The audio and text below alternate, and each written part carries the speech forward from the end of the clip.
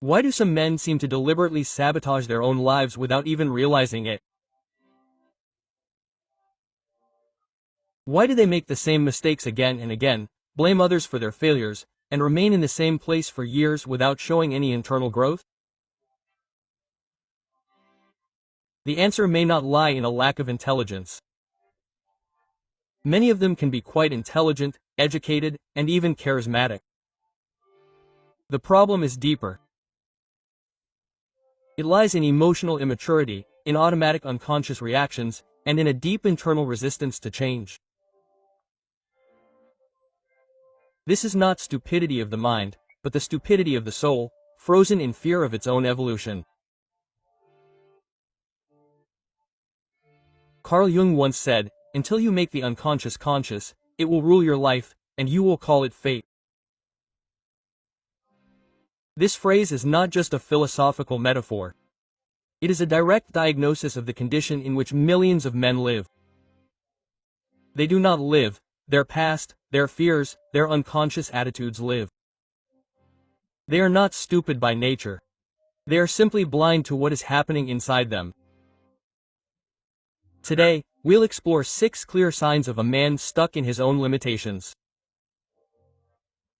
Not because he can't escape, but because he doesn't realize he's stuck.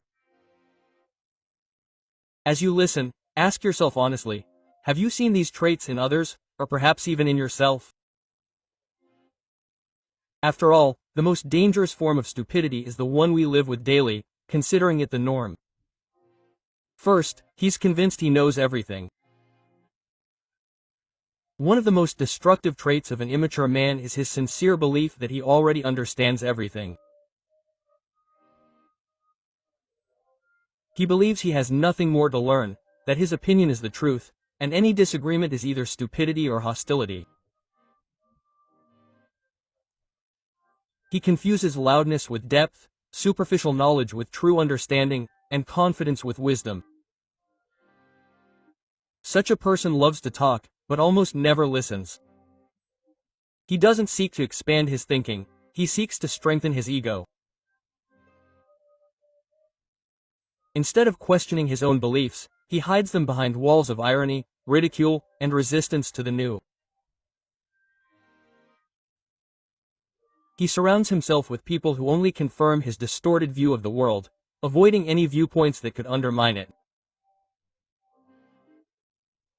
Carl Jung observed that many people judge but don't think, because thinking requires effort, and a foolish person avoids effort at all costs.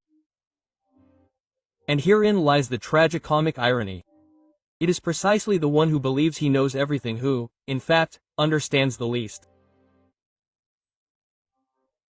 While the wise doubt, search, question, and grow, the fool remains forever a prisoner of his illusory know-it-all, stepping on the same rake again and again, calling it experience. Secondly, he never takes responsibility. A foolish man is a master of excuses. In his world, he is always a victim of circumstances, never their creator. If a relationship falls apart, it's the woman's fault. If a career isn't working out, it's the boss's fault. If there's no money, it's the system, the country, the government, whoever. But not himself. He looks for the guilty, not the causes. He points outward, rather than inward. But this is not just denial, it is a profound escape from oneself. Carl Jung once said, "People will do anything, even the most absurd, just to avoid coming face to face with their soul." Indeed, for an immature man, admitting his responsibility means seeing his role in his own suffering. And this encounter is too painful for his fragile ego. He is afraid to admit that it is his choices, fears, and inactions that are the reason for where he is now. However, this is the tragedy. By avoiding responsibility, he loses power. Because every time you blame others, you willingly give them control over your life. A wise man asks himself, "What can I change?"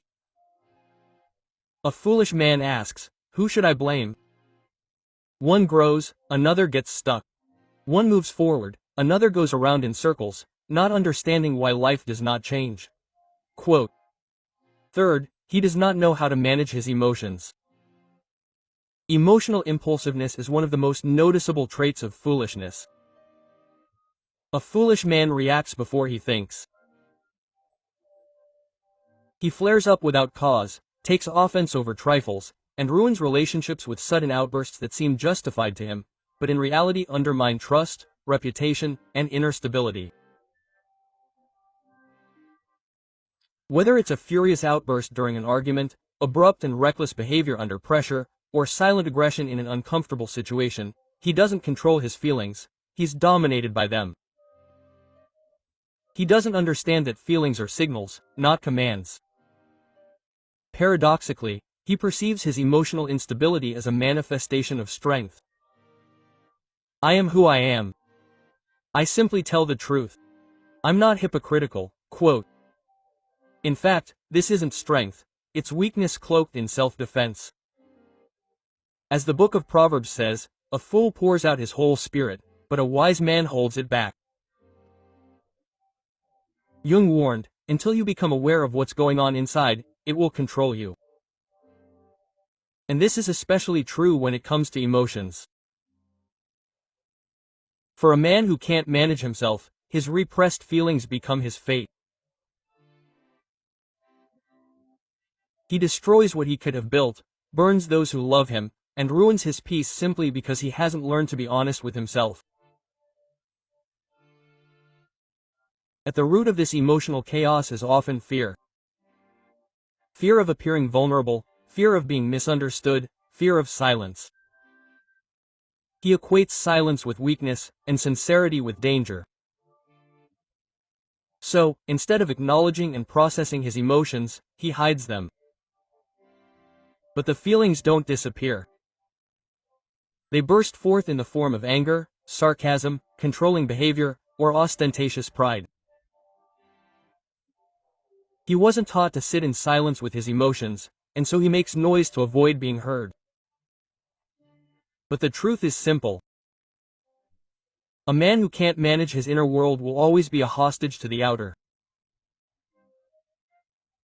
And until he understands this, everything he builds will be destroyed by his own hands. Fourth, he surrounds himself with fools. Show me a man's circle, and I'll show you his future. A fool, without realizing it, builds a circle around himself in which his weaknesses are not obvious. He chooses friends not by depth, but by convenience. He gravitates toward those who flatter, agree with him, but not toward those who challenge his thinking. Why? Because around intelligent people, he feels his own insecurity, around successful people, his own mediocrity. And around those who speak the truth, he feels the pain of shattering his own illusions. He avoids mentors, ridicules the ambitious, and prefers to be the smartest in a weak circle than a student among the strong. It's more important to him to feel superior than to actually grow. Carl Jung said that we unconsciously absorb the atmosphere in which we live. And if a man is surrounded by gossip, complaints, laziness, and envy, this doesn't just influence him, it becomes his norm, his background, his destiny. A wise man chooses differently. He seeks those who hold mirrors before him, not masks. Those who aren't afraid to say, "You can do better." He chooses growth, even if it's uncomfortable. A fool chooses comfort, even if it's destructive. Because in a company where no one grows, a fool can continue to pretend he's already at the top. Fifth, he pursues pleasure, not meaning. A foolish man lives captive to his desires. He seeks easy pleasures, quick relief, and instant gratification, even if it destroys him in the long run. Food, sex, TV series, endless scrolling, feeds, anything to avoid being alone with himself. He doesn't develop, he gets distracted, he doesn't build, he consumes, he doesn't move forward, he runs from an inner emptiness.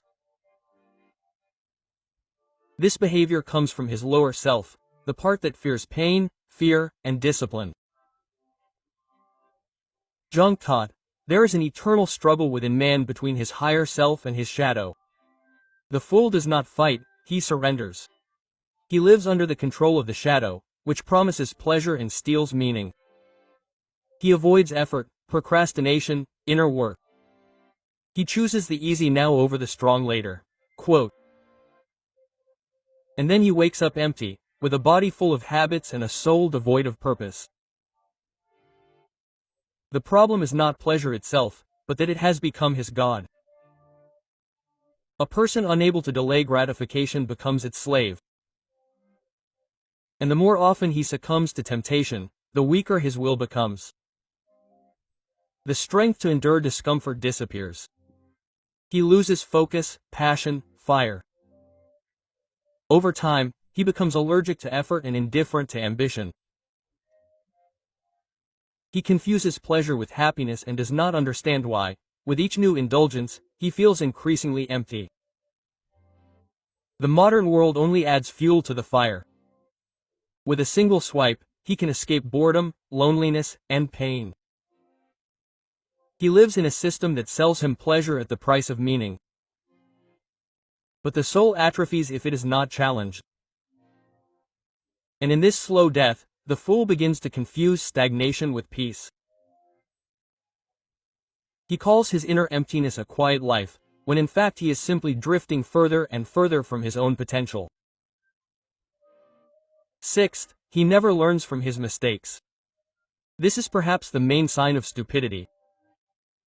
Repeating the same scenarios with the naive expectation of a different outcome. The stupid man fails and changes nothing. He enters into toxic relationships again, makes destructive financial decisions again, falls into the same emotional traps again. He moves in circles, calling it experience. Carl Jung called this impulsive repetition, the unconscious desire to relive familiar wounds and patterns again and again, simply because they are familiar, they hurt, but they are familiar. And therein lies his trap. A fool never stops to ask himself, why do I always find myself in the same situation? He rushes to blame someone and misses the lesson life is persistently trying to teach him. But mistakes are not enemies, they are teachers. Life whispers softly, then speaks loudly, and finally shouts. But if you don't listen, you are doomed to repeat. A man looks at his mistakes as mirrors. He learns, processes, adapts. He uses pain as fuel for growth. A living fool simply suffers and continues to go in circles. But the problem is not only in actions, the problem is in the inability to stop and listen. Many fools not only repeat mistakes, they don't even try to understand why. They interrupt, don't listen, don't ask.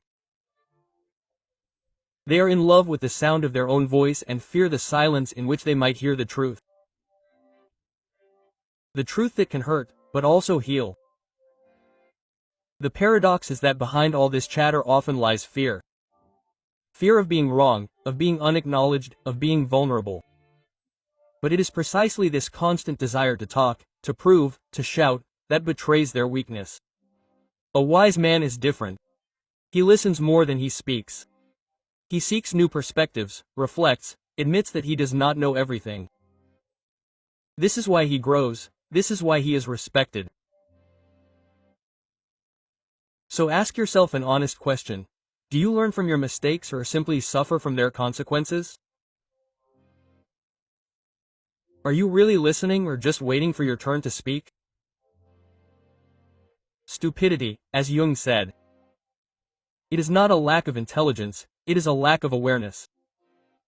It is a refusal to look within, to accept your part in what is happening, and to change. But the good news is that awareness is a choice. And from the moment you begin to see clearly, you are no longer a fool. Remain curious, be humble, and never stop growing. There are too many fools in the world as it is. Be the exception.